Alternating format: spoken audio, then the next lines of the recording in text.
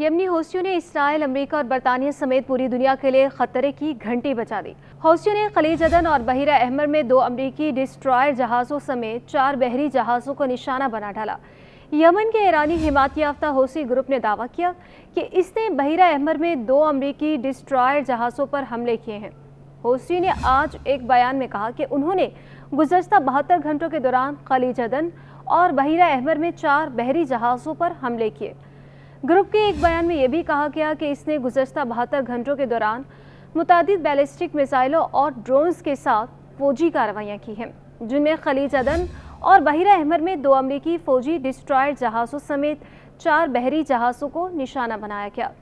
इसके अलावा इसराइल में रशराश बंदरगाह पर मुतादिद अहदाफ को भी निशाना बनाया गया। बयान में वजाहत की गई है कि ग्रुप ने 4 मुश्तरका कार्रवाइयों में 4 बहरी जहाज़ों को निशाना बनाया, जिनमें खलीज अदन में अमेरिकी जहाज़ मर्स साराटोगा, बहीरा अहमर में अमेरिकी जहाज़ APL डेट्रॉयट और बहीरा अहमर में बरतानवी जहाज़ हुनांग पू और प्रीटी लेडी बहरी जहाज़ जो इसराइली बंदरगाहों की तरफ जा रहा था, उसे निशाना बनाया गया।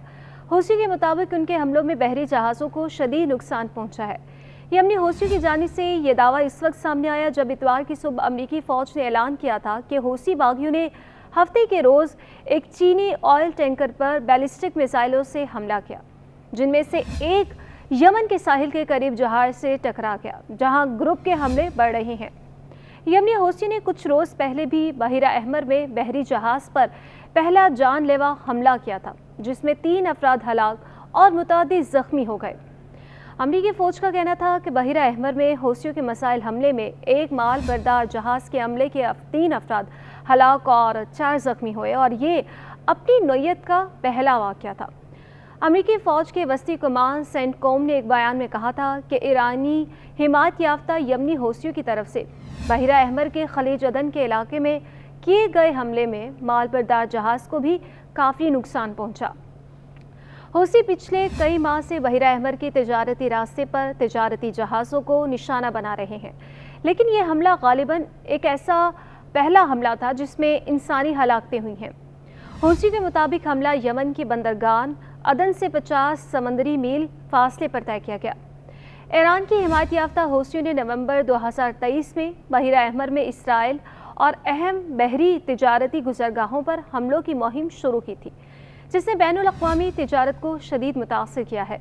हौसियों का कहना था कि वो ये कार्रवाइयाँ गाज़ा में इसराइली फ़ौज के खिलाफ जंग में फ़लस्तीनी ग्रुप हमास की हिमायत में कर रहे हैं। जब हौसियों ने नवंबर में अपने हमले शुरू किए तो अमेरिका और उसके इत्तेहादियों ने यमन में हौसियों के ठिकानों पर कई हमले किए ताकि हौसियों को बहीरा अहमर और नहर स्वीज़ में तिजारती बहरी जहाज़ों पर हमलों से रोका जा सके। ताहम अमेरिका और बरतानवी हमले भी हौसियों के हौसले पस्त ना कर सके और हौसियों की तिजारती बहरी जहाज़ों पर हमलों का सिलसिला अब तक नहीं रुक सका। हौसियों के हमलों की वजह से दुनिया भर की शिपिंग कंपनियां जो इस तिजारती रूट का इस्तेमाल करती हैं, उन्हें सैकड़ों जहाज़ों को अफ्रीका के गिर्द मोड़ना पड़ा, जिससे अखराजात और बहरी सफ़र के वक्त दोनों में इजाफा हुआ।